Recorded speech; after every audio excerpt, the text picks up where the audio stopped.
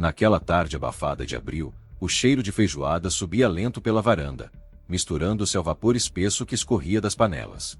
Era um aroma familiar, aquele tipo de cheiro que desperta lembranças antigas, de almoços de domingo, de conversas cruzadas e risadas que se perdem no barulho dos talheres. Mas naquela casa em Duque de Caxias, o perfume da feijoada carregava outra substância invisível, algo que nem o paladar mais atento poderia perceber. Nil Correia da Silva, 63 anos, homem reservado e de gestos contidos, não sabia que aquela refeição marcaria o fim de uma vida inteira de rotinas. A mesa estava posta com simplicidade, como se nada fugisse da ordem comum. Arroz branco, couve refogada, laranja cortada e o feijão escuro fumegando na travessa. Ao redor, o ambiente parecia tranquilo demais, quase ensaiado. Ana Paula Veloso Fernandes observava cada movimento dele. O olhar frio, meticuloso, típico de quem mede tempo e reação. Ela serviu o prato, esperou, sorriu, o gesto era suave, o tom de voz doce, como quem tenta convencer o mundo de que é incapaz de qualquer mal. Os vizinhos, mais tarde, diriam que ela parecia solícita, quase prestativa demais, dessas pessoas que oferecem ajuda antes mesmo de serem chamadas. Técnica em enfermagem, estudante de direito, falava com propriedade sobre remédios, sobre leis, sobre a vida. E por trás desse repertório civilizado, havia um plano. A morte, quando vem disfarçada de gentileza, é sempre mais convincente. Nil ingeriu algumas colheradas, elogiou o tempero e comentou que o feijão lembrava o da mãe. Pouco depois, começou a sentir o corpo pesado, a respiração curta, o coração disparado. Ana Paula observava tudo com serenidade. O veneno, que ela conhecia bem, cumpria o percurso exato que havia estudado em tantos manuais de farmacologia. Horas mais tarde, a notícia se espalharia. Homem passa mal após almoço em família, suspeita de infarto. Não havia sinais de violência, e o corpo foi liberado sem perícia aprofundada. A morte parecia natural, como se a vida tivesse simplesmente cansado. Mas nada foi natural. O que ninguém sabia é que aquela morte era o terceiro ato de uma sequência silenciosa de assassinatos que começara meses antes, a centenas de quilômetros dali, em Guarulhos. Ana Paula já havia cruzado fronteiras, nomes e histórias. Deixará o Rio de Janeiro de forma abrupta, alegando recomeço. Chegou a São Paulo em fevereiro, alugou uma casa simples e conquistou a confiança de quem estivesse por perto. A primeira vítima, Marcelo Ari Fonseca, era o proprietário do imóvel, homem gentil, que a ajudara na mudança. Poucas semanas depois, estava morto. A explicação, mal súbito. A assinatura, discreta, mas idêntica. A segunda, Maria Aparecida Rodrigues, também morreu após contato próximo com a mesma mulher.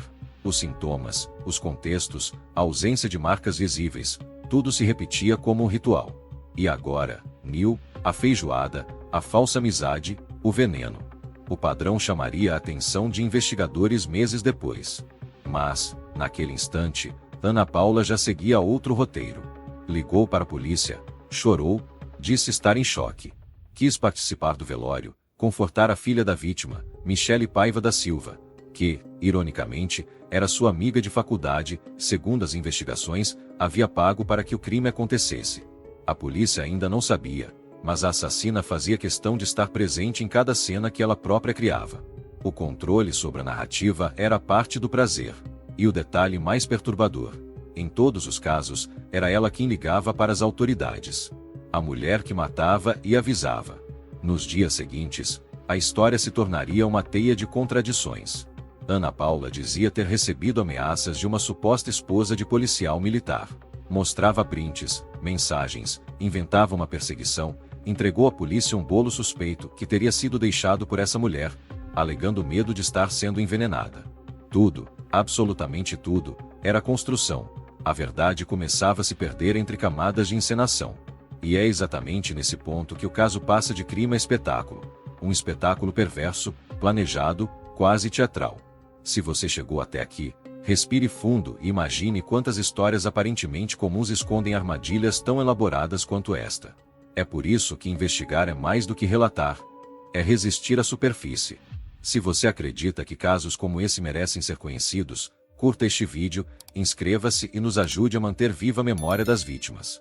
Porque o esquecimento é o disfarce preferido do mal. As palavras parecem simples, mas ecoam com o peso de quem entende a engrenagem invisível da crueldade. Ana Paula não era uma assassina impulsiva, ela estudava o entorno, calculava reações, testava substâncias em animais antes de aplicá-las em humanos. 10 cães, 10 vidas, usadas como ensaio para o que viria depois. Quando a polícia entrou em sua casa, encontrou frascos sem rótulo, restos de medicamentos e vestígios de terbufós, um agrotóxico letal, de venda controlada. Os investigadores perceberam que cada detalhe estava pensado para parecer acidente. O veneno agia rápido, mas deixava pouco rastro. Ainda assim, um padrão sempre deixa cicatrizes. E foi justamente um detalhe banal que começou a expor a sequência. Um comportamento repetido, o da mulher que ligava para a polícia, tentando parecer colaborativa. Ela sabia o tempo exato entre a morte e o registro da ocorrência, o tom de voz a usar, as palavras que causavam compaixão. Era como se cada ligação fosse parte de um roteiro que ela mesma escrevia. A imprensa começaria a chamá-la de serial killer da feijoada. Mas, na cronologia dos fatos, antes do rótulo, existia apenas uma mulher comum, loira, simpática, aparentemente gentil, servindo um prato quente a alguém que confiava nela. Enquanto o país tentava compreender o absurdo, a história ainda estava só no primeiro ato. O veneno estava longe de ser o único instrumento. A arma verdadeira era a manipulação. Há algo inquietante na repetição. Ela se disfarça de acaso, mas quando se observa com atenção, o acaso começa a revelar desenho. Foi isso que chamou a atenção dos investigadores de Guarulhos. Mortes demais, próximas demais, com sintomas parecidos demais. Tudo no intervalo de poucos meses e com o mesmo elemento comum. Uma mulher que sempre aparecia como testemunha ou amiga prestativa. Ana Paula Veloso Fernandes, 36 anos, técnica em enfermagem, estudante de direito, dizia estar em busca de estabilidade. Em sua versão, viera do Rio para recomeçar a vida. Mas o que deixará para trás não era apenas uma mudança de endereço. Era um rastro que, meses depois, seria revisitado linha por linha.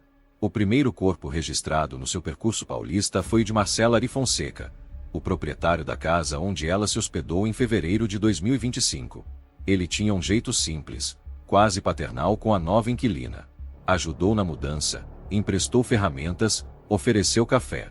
Os vizinhos lembram que ela falava com ternura dele, como se fosse um amigo.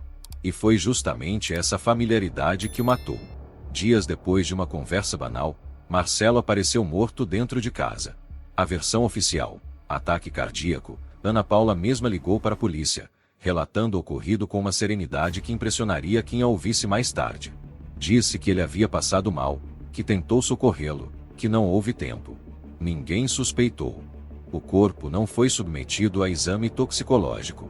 Não havia motivo, afinal, não havia sangue, não havia luta, não havia ferimentos. Havia apenas a morte limpa e o testemunho coerente de uma mulher aparentemente confiável. Semanas mais tarde, ela alugou outro imóvel e começou a se aproximar de Maria Aparecida Rodrigues, uma mulher de meia idade, mãe de 2 filhos, que trabalhava em serviços gerais. As duas compartilhavam confidências, falavam de homens, da dificuldade da vida, dos sonhos. Ana Paula era empática, atenta, boa ouvinte, uma sombra que se moldava ao contorno emocional de cada vítima. No início de abril, Maria Aparecida passou mal após um encontro casual com a amiga. Vomitou, sentiu dores intensas, faleceu no mesmo dia. De novo, Ana Paula estava presente. De novo, o atestado indicava causas naturais. Para a polícia, até ali, eram coincidências. Mas coincidências têm limites, e o terceiro episódio, o da feijoada mortal, ultrapassou qualquer explicação confortável. Quando o caso de Nil Correia da Silva, no Rio de Janeiro, ganhou manchetes, o padrão se tornou impossível de ignorar. O modus operandi era o mesmo: envenenamento por alimento, ausência de sinais físicos de violência, e uma mulher que ligava para as autoridades minutos após o crime. E havia outro detalhe: em todos os episódios, Ana Paula estava em processo de mudança, transição ou suposta reviravolta emocional. Era como se cada morte marcasse o fim de um ciclo e o início de outro. Os investigadores começaram a cruzar dados, confrontar laudos, revisar prontuários.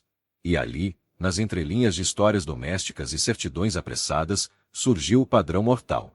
A substância usada, descobriram, tinha nome: terbufós, um inseticida agrícola extremamente tóxico, proibido em contextos urbanos e de difícil detecção em pequenas doses. O veneno, quando diluído em comida quente, perde odor e sabor. Age rápido, provoca parada cardiorrespiratória e, em muitos casos, é confundido com infarto ou AVC. Os frascos foram encontrados mais tarde em sua casa, sem rótulo, sem notas fiscais, guardados junto a seringas e vidros de medicamentos hospitalares. A técnica de enfermagem que deveria salvar vidas usava o conhecimento da profissão para o oposto. Mas o que realmente intrigava os peritos era a coreografia com que ela agia. Ana Paula não apenas matava, ela ensaiava a morte. Antes de cada assassinato humano, havia experimentação com cães. 10 deles, segundo o inquérito, foram encontrados envenenados nas proximidades de sua residência. Os vizinhos achavam estranho. Ela recolhia animais de rua, cuidava por alguns dias, depois dizia que haviam fugido. Nenhum fugiu. Esses testes serviam para calcular dosagens e tempo de reação, como se ela estivesse aprimorando um método científico. O predador travestido de cuidadora. A cada nova morte, Ana Paula refinava o disfarce. Com o proprietário da casa, agiu como inquilina solidária. Com Maria Aparecida, como amiga de confiança. Com Nil Correia, como hóspede prestativa e confidente da filha. E no caso do tunisiano Aider Mazes, o quarto e último conhecido, o disfarce foi o da amante arrependida.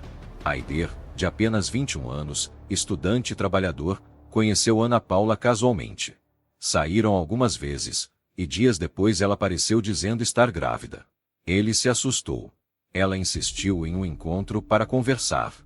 Foram a uma praça, tomaram milkshakes. Minutos depois, ele começou a suar, perdeu o equilíbrio e caiu. Ela chamou ajuda, chorou, relatou que ele havia consumido cocaína. O corpo foi enviado para a Tunísia, e, com ele, a possibilidade de perícia. A repetição do enredo era quase perfeita. E o mais perturbador, sempre havia uma narrativa pronta. Ela se antecipava à dúvida. Sabia como moldar a cena, o discurso e a emoção esperada. Quando a polícia percebeu o padrão, Ana Paula já estava presa por outro motivo: desacato. Tinha discutido com vizinhos e policiais, foi detida, e dentro da cela começou a contar suas histórias, primeiro como quem se gaba, depois como quem se confessa sem perceber. Uma das presas, estelionatária reincidente, ouviu os relatos e decidiu denunciar. Foi ela quem revelou os detalhes dos venenos, das feijoadas, dos animais mortos. A partir desse depoimento, a investigação começou a costurar a linha invisível entre Guarulhos e o Rio de Janeiro. A mulher que parecia ser várias se revelava uma só. O perfil traçado pelos peritos psicológicos descreve uma mente dissimulada, com traços de narcisismo patológico e ausência total de empatia. Ela não matava por impulso, nem por ódio. Matava por domínio. O prazer estava no poder de decidir quem vive e quem morre, e, principalmente, na capacidade de enganar. Sua inteligência técnica tornava tudo mais difícil. Sabia manipular prontuários, simular sintomas, escolher substâncias difíceis de rastrear. Mais do que uma assassina, era uma estrategista do caos. E quando finalmente a polícia cruzou os dados, percebeu o abismo. Entre fevereiro e maio, em menos de 4 meses, 4 mortes confirmadas, 10 cães envenenados, 3 cidades diferentes e 3 contextos sociais distintos. Em cada um papel diferente, um disfarce novo, uma história convincente. Foi então que o nome começou a ecoar nas redações: Serial Killer da Feijoada. Um apelido que parecia quase caricatural, mas que, na prática, simbolizava algo muito mais sombrio: a banalização do crime travestido de vida comum. O padrão estava definido. E dentro dele, um mecanismo frio, repetitivo e preciso. Um veneno, uma refeição, um gesto cordial. E, logo depois, a morte silenciosa. Antes de ser manchete, antes de ser o apelido mórbido repetido nos noticiários, Ana Paula Veloso Fernandes foi uma menina de fala mansa, nascida em Saracuruna, distrito de Duque de Caxias, no Rio de Janeiro. Vivia numa rua de chão batido, cercada por vizinhos que se conheciam pelo nome.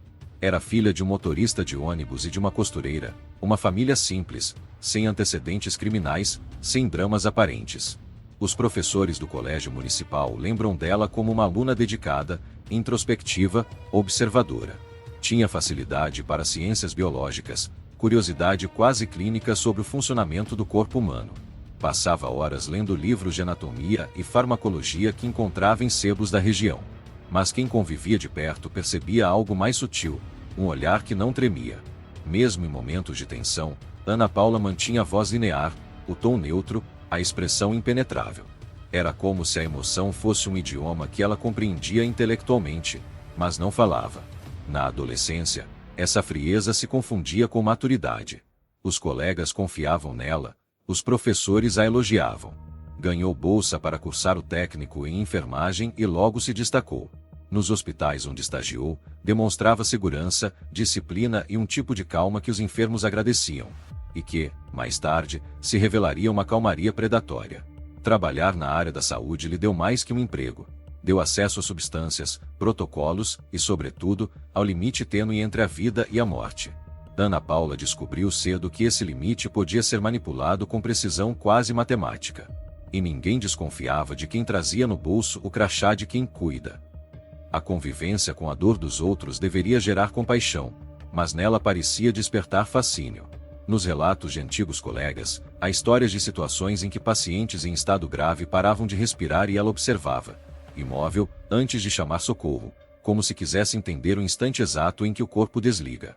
Não por malícia, diziam, mas por curiosidade. Mas a curiosidade, quando não encontra freio moral, vira experimento. Em casa, a convivência familiar já era tensa. O pai, descrito como severo, via nela um orgulho e um desafio.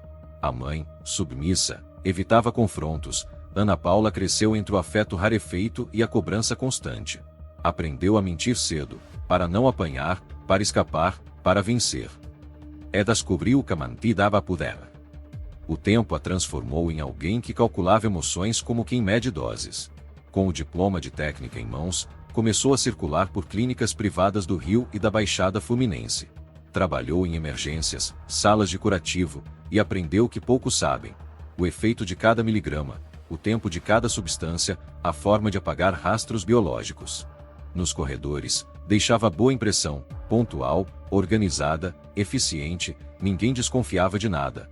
Até porque, em profissões que lidam com sofrimento, a frieza é vista como competência. Mas algo mudava dentro dela, a empatia virou rotina mecânica, a dor alheia passou a ser só mais um dado. O primeiro registro de comportamento suspeito data de 2021, quando o enfermeiro relatou à chefia que medicamentos controlados sumiam do estoque. Ela foi questionada, negou, e o assunto morreu. Nenhuma denúncia formal foi feita. Afinal, era uma funcionária exemplar. Anos depois, as mesmas substâncias seriam encontradas na casa dela, em São Paulo. Paralelamente, Ana Paula ingressou na faculdade de Direito. Queria compreender as regras do jogo. Nas redes sociais, posava como mulher estudiosa, feminista, dona de frases motivacionais sobre justiça e liberdade. O contraste entre o que escrevia e o que fazia seria, depois, uma das ironias mais sombrias do caso.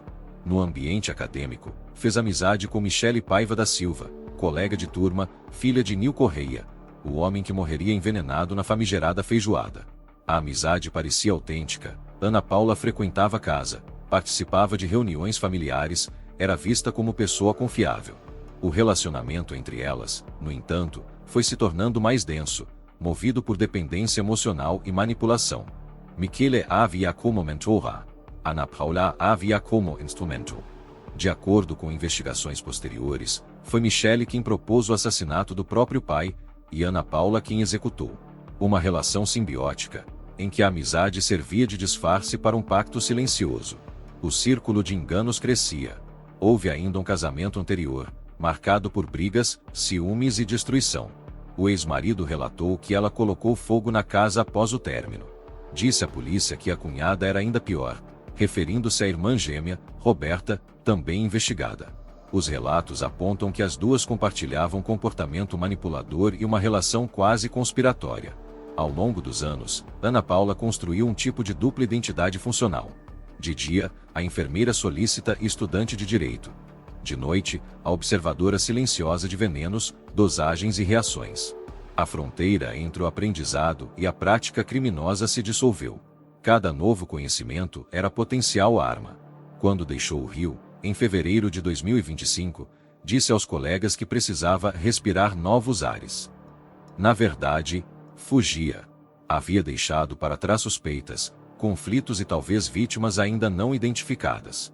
Em São Paulo, começou do zero, novo endereço, novas relações, novo teatro. Os vizinhos a descrevem como educada, discreta, até simpática.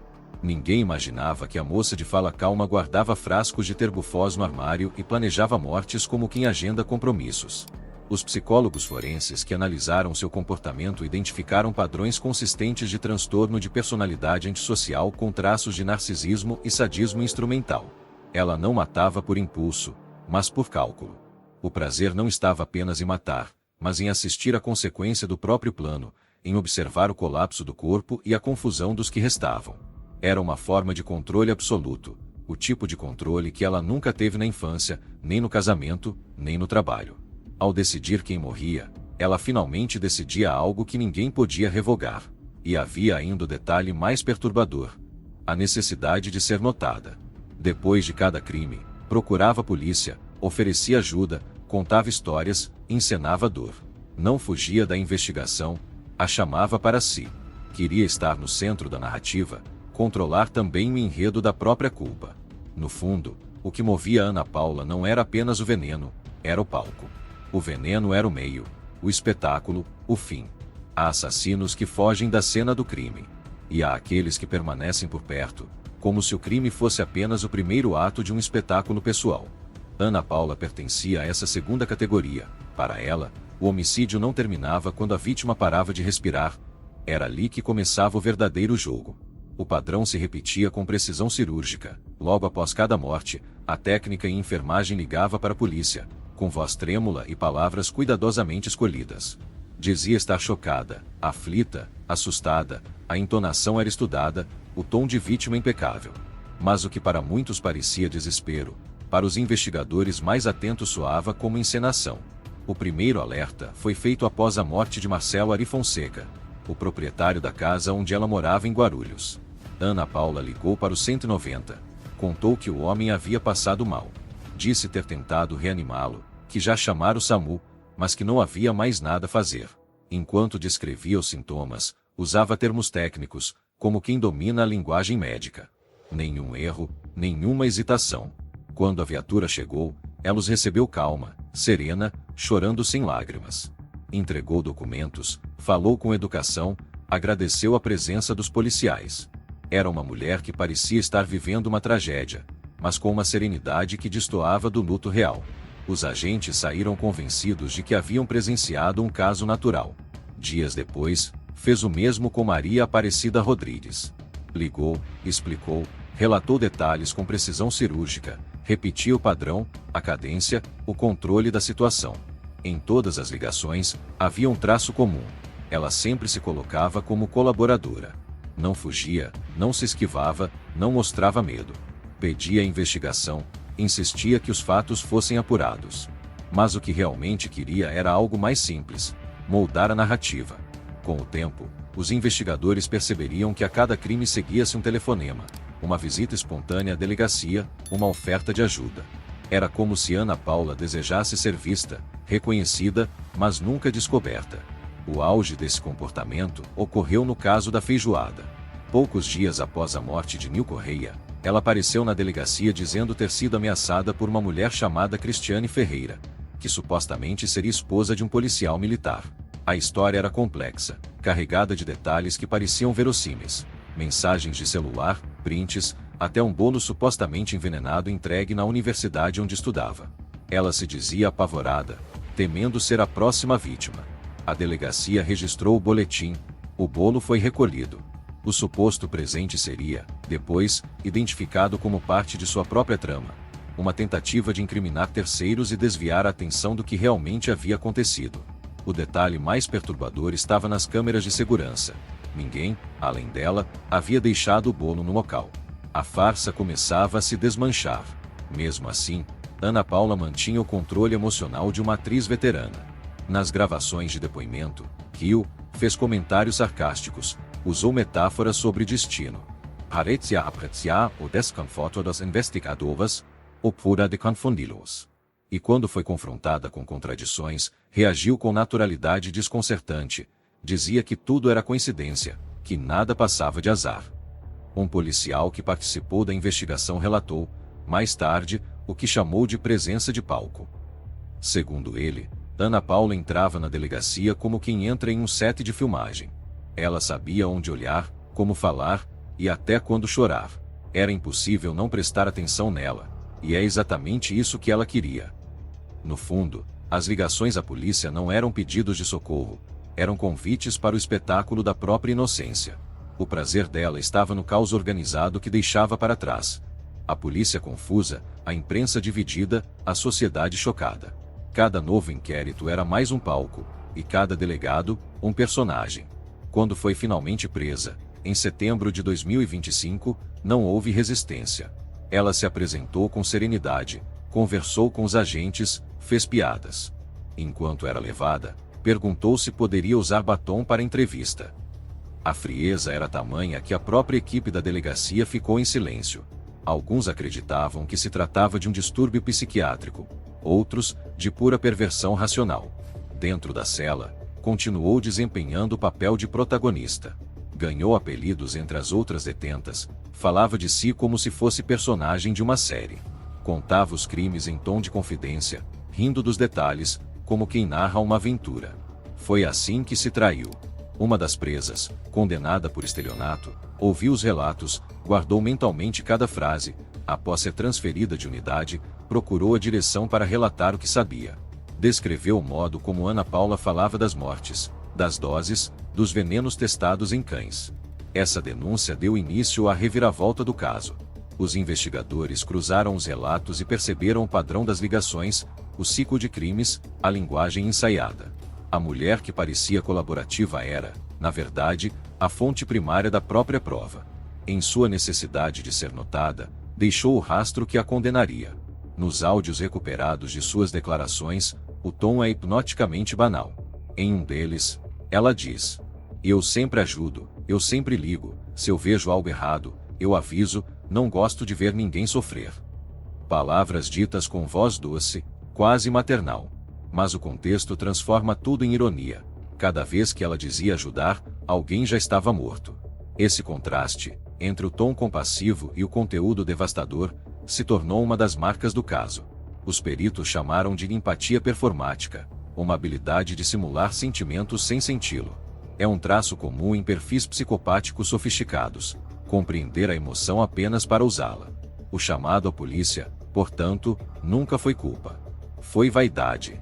O desejo de estar acima da suspeita, de ser a primeira a aparecer, de controlar até o modo como seria lembrada.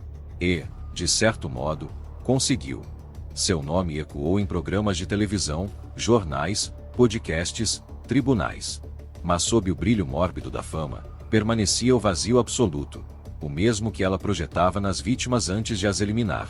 Alto-falante, se você chegou até aqui, lembre-se. O mal raramente grita. Ele sussurra, se apresenta como aliado, e oferece ajuda. Casos como este mostram por que é essencial duvidar, investigar, questionar. Curta o vídeo, inscreva-se e compartilhe, para que histórias como essa não se repitam no silêncio da aparência. E quando o silêncio finalmente caiu sobre Ana Paula, já dentro da prisão, ele não trouxe arrependimento. Trouxe apenas o incômodo de não ser mais ouvida. Porque, para alguém como ela, a pior punição não é o cárcere, é o esquecimento. O crime da feijoada não nasceu do acaso. Ele foi o resultado de uma amizade que começou como admiração e terminou como pacto de morte. Na Faculdade de Direito da Universidade de Guarulhos, Ana Paula conheceu Michele Paiva da Silva, uma mulher expansiva, de fala fácil, filha de um empresário aposentado do setor de transportes, Nil Correia da Silva. Michele via em Ana Paula um modelo. A colega mais velha, experiente, já com uma profissão consolidada na saúde, sempre disposta a aconselhar, a ouvir, a oferecer soluções. Ana Paula, por sua vez, via em Michele uma porta aberta, um convite para penetrar num universo de conforto, influência e acesso. Nos primeiros meses de convivência, eram inseparáveis, dividiam apostilas, confidências, planos de futuro. Michele dizia que a amiga era como uma irmã. Ninguém imaginava que essa irmandade acabaria num prato de feijão temperado com veneno. A relação começou a mudar quando Michele, desgastada pela convivência com o pai, passou a desabafar sobre ele. Neil era um homem de hábitos rígidos, autoritário, conhecido por controlar a vida da filha. Tinha reservas em relação às amizades dela e, segundo relatos, chegou a proibir a presença de Ana Paula em sua casa após ouvi-la falar sobre formas de resolver problemas sem deixar rastros. Aquela desconfiança paterna seria a desencadeira. Em mensagens recuperadas pela perícia, Michelle se queixava de sentir-se prisioneira. Dizia que o pai não a deixava viver, que merecia uma lição. Ana Paula alimentava o ressentimento, transformando a frustração da amiga em justificativa. Com frases sutis: ninguém tem o direito de te impedir de ser feliz, ou algumas pessoas só entendem quando pagam preço. Ela ia moldando o pensamento da outra. O plano começou com uma proposta. Michelle pagaria R$ 4.000 para que Ana Paula resolvesse o problema. A execução seria disfarçada de gesto afetivo, uma feijoada de domingo. Ana Paula cozinharia, Michelle serviria, Neil morreria sem entender o motivo da fraqueza súbita que o tomou após o almoço. No dia 26 de abril de 2025, a casa em Duque de Caxias amanheceu em clima de aparente normalidade. Michelle havia convidado o pai para o almoço, dizendo que uma amiga faria o prato preferido dele. Ana Paula chegou cedo, com os ingredientes já separados. Enquanto cortava a carne seca e o paio, sorria e contava histórias sobre a faculdade. A cena, à distância, parecia banal. Mas no meio do preparo, um gesto rápido mudou tudo. Da bolsa, tirou um pequeno frasco transparente.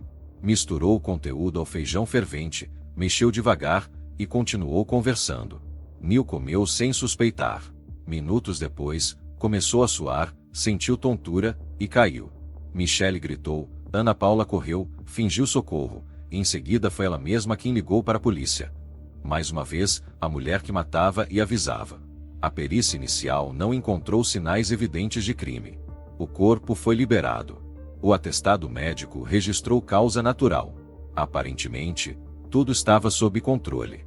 Mas o controle é uma ilusão que dura até a primeira contradição. E ela veio de uma fonte improvável: mensagens apagadas.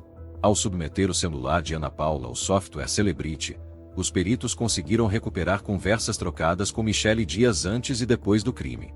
Nelas, as duas falavam em código. Já terminei o TCC, escreveu Ana Paula. Vou te mandar a parte que prometi, respondeu Michelle.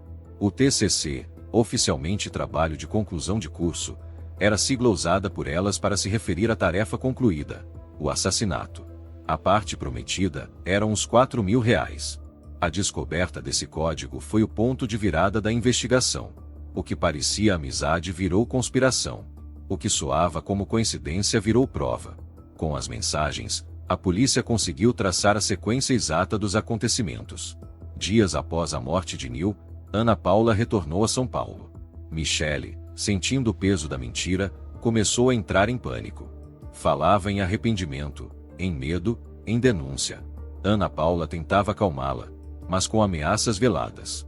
Agora não tem mais volta, ou a gente segue juntas, ou caímos juntas. O laço entre as duas era, então, menos amizade e mais chantagem. A assassina havia conquistado domínio total sobre a cúmplice. Quando a investigação começou a avançar, Michelle tentou apagar os rastros.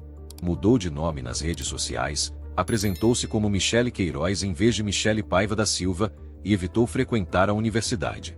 Mas nada disso impediu sua prisão, em julho de 2025. Nos depoimentos, Michelle oscilava entre a culpa e a tentativa de se justificar. Dizia ter sido manipulada, hipnotizada, ameaçada. Afirmava que Ana Paula tinha o olhar de quem sabia o que estava fazendo. Os investigadores, contudo, encontraram indícios de que a relação era de cooperação consciente. Michelle não apenas sabia, como financiou o crime. Durante a reconstituição dos fatos, as duas não se olharam. Ana Paula manteve o semblante sereno. Michelle tremia. Era como se a professora e a aluna tivessem trocado de papéis, uma dominava, a outra obedecia. E no meio desse teatro trágico, o personagem central, Neil, restava como símbolo da ingenuidade de quem confia demais. A feijoada da morte se tornaria o símbolo do caso. A refeição que parecia um gesto de afeto revelou-se um ritual de controle, onde veneno era tempero e a lealdade, moeda de troca. Os jornais estampavam manchetes com tintas de horror doméstico. Serial killer da feijoada. Mulher mata 4 e avisa a polícia após cada crime. O nome colou. Mas por trás dele havia uma história de poder e submissão, de duas mulheres que confundiram amizade com pacto e culpa com destino. Durante as audiências, Michele chorava ao mencionar o pai. Ana Paula, ao lado, permanecia imóvel, observando o tribunal como quem assiste a um filme. O promotor descreveu a cena como a metáfora perfeita do caso. Uma chorava pelo homem que perdeu, a outra pelo controle que perdeu. Alto-falante: se esta história te causa espanto, lembre-se. A maldade não se apresenta como monstro, ela chega como companhia, como conselheira, como amiga. Curta o vídeo, inscreva-se e ajude a levar essa história adiante. Conhecer é a única forma de se proteger. Com o avanço da investigação, o pacto se desfez. Michele colaborou com a polícia, entregou detalhes do pagamento, das mensagens e da preparação da comida.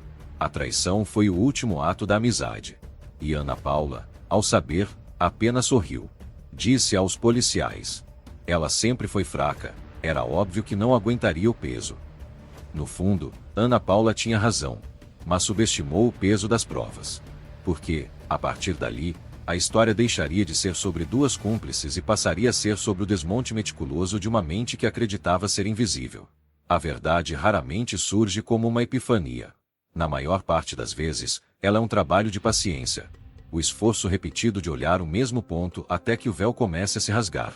Foi assim no caso da serial killer da feijoada. Uma investigação feita de acasos que só pareciam acasos até se tornarem padrão.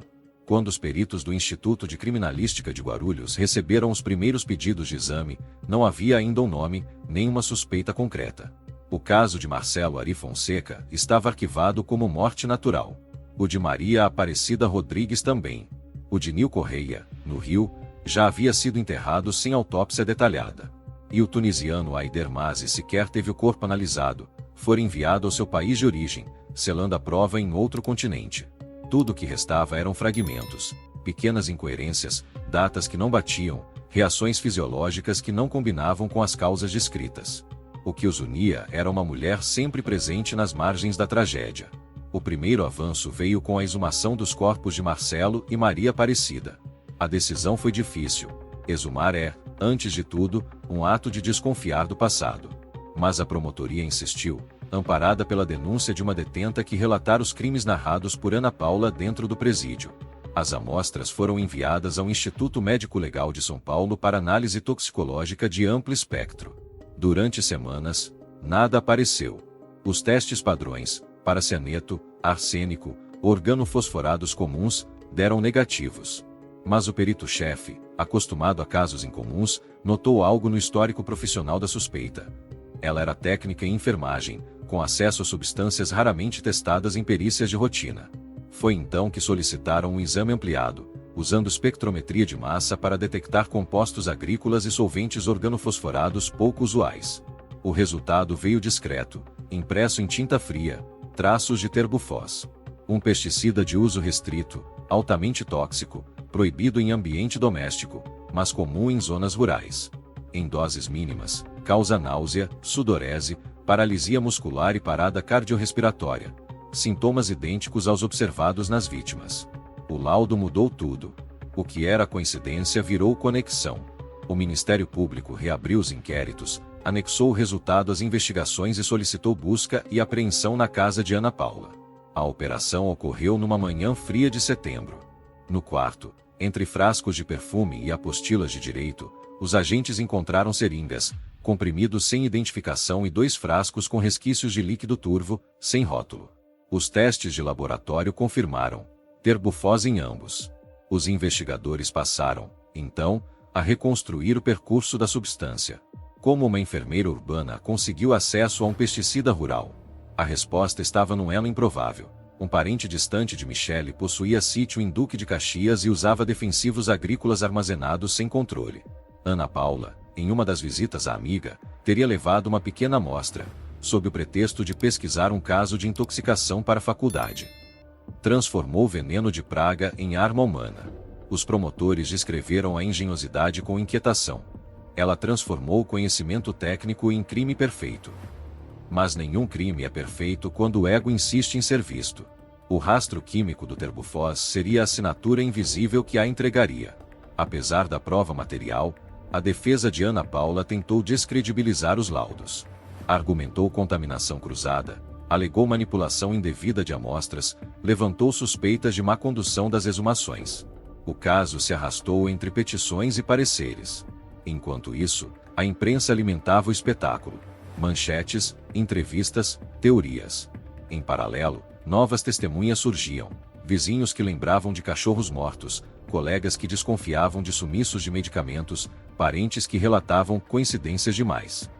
Mas a ciência, uma vez acionada, é como uma lâmina, fria, lenta e precisa.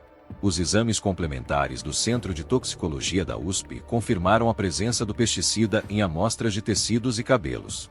A dosagem era compatível com o envenenamento intencional. Os investigadores decidiram então confrontar Ana Paula com as provas. Durante o interrogatório, o delegado apresentou o laudo impresso, colocou-o sobre a mesa e perguntou calmamente: "A senhora reconhece este nome? Terbufós?" Ela olhou o papel, inclinou a cabeça e respondeu com ironia: "Deveria? Eu sou da área da saúde, doutor. Já ouvi falar de muita coisa." O delegado insistiu: "Esse é o mesmo veneno encontrado nos corpos. E também no seu armário." Ela sorriu. "Então me diga, doutor, o senhor tem certeza de que o veneno estava em mim, e não em vocês?" A frase ficou registrada no processo. Era o retrato exato da mente que confundia realidade e manipulação, vítima e algoz. A perícia não deixou brechas. O cruzamento entre horários, mensagens e substâncias consolidou o enredo que o Ministério Público apresentaria ao tribunal. Um ciclo de 4 homicídios praticados entre fevereiro e maio, todos por envenenamento, todos com mesma substância, todos seguidos de contato voluntário com as autoridades.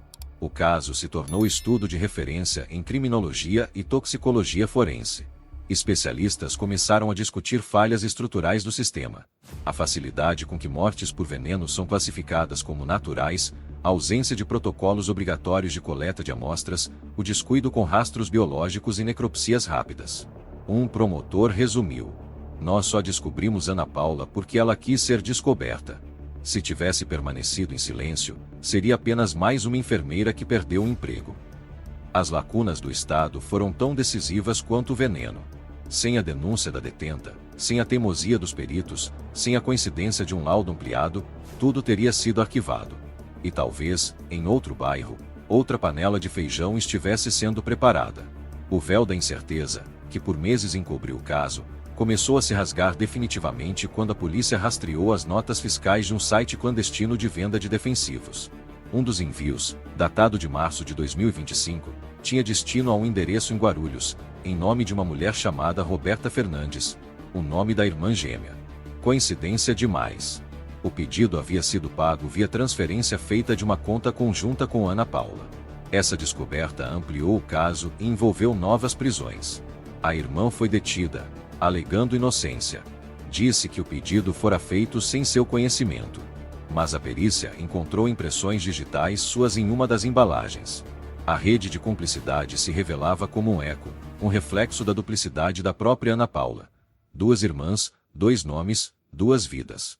O caso se tornava um labirinto químico, jurídico e psicológico. O laudo final, assinado pelo perito-chefe, concluiu: "As amostras analisadas demonstram presença de composto organofosforado compatível com Terbufós, em concentração suficiente para causar óbito por insuficiência respiratória aguda. A natureza da substância, seu acesso restrito e a reincidência dos eventos afastam qualquer hipótese acidental." Era o fim da dúvida.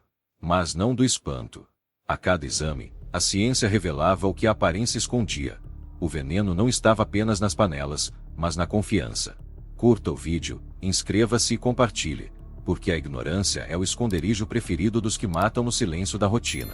A justiça, no entanto, se move devagar. Enquanto os autos avançavam entre tribunais e perícias complementares, o caso de Ana Paula expunha o que há de mais inquietante nas investigações contemporâneas: a fronteira entre o erro institucional e o sucesso da maldade. Ela havia explorado cada falha, cada brecha, cada protocolo simplificado. E foi preciso que a ciência, em sua frieza absoluta, voltasse a olhar para o que o sistema insistia em esquecer. O véu finalmente se rasgou. Mas o que surgiu por baixo não foi só uma criminosa. Foi o espelho da nossa própria negligência. Quando o silêncio da cela se misturou ao ruído dos tribunais, o país já sabia seu nome. Ana Paula Veloso Fernandes, a mulher que matava e avisava, tornará-se a mais temida e estudada figura criminal do Brasil contemporâneo. Mas o que começara como curiosidade mórbida logo se transformaria em uma aula de anatomia da crueldade e da falência de um sistema que só enxerga o mal quando ele já está consolidado. O julgamento começou em Guarulhos, sob forte esquema de segurança. O fórum estava lotado. Jornalistas, estudantes de direito, curiosos e familiares das vítimas se aglomeravam nos corredores. Alguns queriam justiça. Outros queriam apenas ver o rosto por trás do mito. Quando Ana Paula entrou na sala, o murmúrio coletivo cessou. Ela estava serena, vestida de branco, cabelos presos, maquiagem leve. Parecia mais uma profissional indo para o trabalho do que uma mulher prestes a responder por 4 homicídios qualificados. Os fotógrafos se abaixaram, os flashes estalaram. Ela não desviou o olhar. Ao contrário, sorriu, como quem reconhece o próprio protagonismo. O promotor abriu os trabalhos citando o laudo toxicológico e descrevendo o padrão mortal com que as vítimas foram eliminadas. Falou dos cachorros mortos, das ligações à polícia, das manipulações e da frieza. Mas foi a exibição dos áudios que mudou o clima no plenário. Quando o sistema de som reproduziu a gravação em que ela, em tom de leve deboche, dizia: "Eu sempre ajudo, eu sempre aviso, ninguém pode dizer que eu não tento salvar as pessoas." Um murmúrio atravessou a sala. O som da própria voz, calmo e cristalino, tornava o crime ainda mais terrível. Ali, entre frases banais, estava a banalidade do mal em estado puro. A defesa tentou desmontar o perfil de assassina em série. Argumentou que não havia prova direta dos envenenamentos, que os laudos eram circunstanciais, que as testemunhas eram frágeis. Apresentou Ana Paula como uma mulher injustiçada, alvo de uma histeria coletiva alimentada pela mídia. Mas as evidências eram irrefutáveis. A promotoria detalhou a cronologia das mortes, os pagamentos, os frascos apreendidos, as mensagens decodificadas e os traços de terbufós encontrados em tecidos e utensílios. Mostrou que o mesmo lote de pesticida estava associado às 4 vítimas. E enfatizou que o padrão comportamental, matar e avisar, configurava um ritual de poder, não uma coincidência. Durante o interrogatório, Ana Paula respondeu com frases curtas, pausadas. Negava, mas sem indignação. Dizia que jamais faria mal a alguém, mas sem emoção. Falava como quem comenta um caso de outra pessoa. Em certo momento, o juiz perguntou: "A senhora sente arrependimento?" Ela ergueu os olhos e respondeu: "Arrependimento de quê, doutor? Eu nunca fui condenada por nada." O público estremeceu. A frieza dela era mais eloquente que qualquer prova. Michele Paiva, a amiga e cúmplice, testemunhou sob escolta. Chorou, pediu perdão, disse que havia sido manipulada, que acreditava estar sob uma espécie de feitiço psicológico. Mas os advogados da promotoria mostraram que ela financiou o crime e que tentou ocultar provas. No fim, também seria julgada por coautoria no homicídio de Nil Correia da Silva. Enquanto isso, a sociedade reagia com fascínio de quem observa uma tempestade de longe. Programas de TV analisavam o comportamento de Ana Paula. Psicólogos falavam em transtorno antissocial. Especialistas em criminologia comparavam o caso a envenenadoras históricas como Mary Cotton e Nanny Dos. Nas redes sociais, o apelido serial killer da feijoada se espalhou como uma marca cultural. A monstruosidade, paradoxalmente, gerava entretenimento. Mas para as famílias das vítimas, não havia espetáculo. Apenas o buraco deixado pela ausência. O irmão de Maria Aparecida levou a fotografia dela ao tribunal e disse, diante das câmeras: "A gente não quer fama. A gente quer lembrar que minha irmã existiu antes de virar caso." O júri popular durou 6 dias. Ao final, os 7 jurados votaram de forma unânime pela condenação. Ana Paula foi sentenciada a 97 anos de prisão pelos 4 homicídios e pelos maus-tratos aos animais usados em experimentos. Michele recebeu 32 anos por participação e coautoria. A irmã gêmea, Roberta, aguardava julgamento em processo separado. Quando o juiz leu a sentença, Ana Paula manteve o olhar fixo à frente. Não chorou, não reagiu, não moveu um músculo. Somente quando os policiais se aproximaram para retirá-la da sala, ela virou o rosto para as câmeras e disse: "Vocês ainda vão falar de mim por muito tempo." E estava certa. Os documentários vieram, os podcasts se multiplicaram, os livros começaram a ser escritos. Mas quanto mais a história se tornava pública, mais se tornava evidente o verdadeiro crime. A facilidade com que ela pôde matar 4 pessoas sem ser notada por meses. As investigações posteriores revelaram algo ainda mais perturbador. Nos hospitais em que trabalhou no Rio, havia registros de pacientes mortos por parada respiratória súbita, sem causa definida. Os prontuários não foram analisados à época. Agora, a Polícia Civil reabria antigos dossiês, tentando descobrir se o veneno já circulava antes de 2025. O número real de vítimas talvez nunca seja conhecido. O caso provocou mudanças institucionais. O Ministério da Saúde e as secretarias estaduais de segurança criaram novos protocolos. Todas as mortes fora de ambiente hospitalar passariam a exigir coleta mínima de sangue e conteúdo gástrico para análise. Parecia um avanço tardio, mas necessário. A imprensa chamava de efeito feijoada. Um nome estranho para algo tão trágico, mas que simbolizava a mistura fatal de descuido e dissimulação. Ana Paula foi transferida para o presídio de Tremembé, onde cumpre pena em cela individual. Relatórios penitenciários descrevem comportamento disciplinado, leitura constante e personalidade controladora. Nas entrevistas com psicólogos, ela fala pouco, mas numa delas, ao ser questionada sobre as vítimas, respondeu: "As pessoas morrem todos os dias, eu só adiantei o inevitável." A frase, "Zeika Ekhur", resuma o apesmo que separa a mente dela do mundo. Enquanto isso, as famílias tentam reconstruir a vida. Maria Aparecida deixou 2 filhos, criados por uma tia. Marcelo Ari Fonseca teve a casa transformada em ponto de memória por moradores do bairro. Nil Correia foi enterrado de novo, agora com o nome limpo. E Aider, o tunisiano, permanece longe, sem exumação possível, mas com a verdade finalmente dita. A história de Ana Paula não termina com o veredito. Ela continua a ecoar como um aviso. Sobre o poder das aparências, sobre a negligência institucional, sobre a sedução do controle. E sobre a perigosa inteligência de quem transforma o cuidado em arma. Se você chegou até aqui, lembre-se, justiça não é apenas punir, é compreender para impedir que o mesmo volte a acontecer. Curta, comente e compartilhe este caso. O silêncio alimenta os monstros, a lembrança os enfraquece. Quando a porta da cela se fechou atrás dela, Ana Paula não olhou para trás. Mas, do lado de fora, o Brasil olhava para dentro de si, e via um reflexo incômodo. O da confiança cega, da pressa, da falta de investigação. No fim, a serial killer da feijoada não apenas matou pessoas. Ela revelou o quanto somos vulneráveis àquilo que se disfarça de gentileza.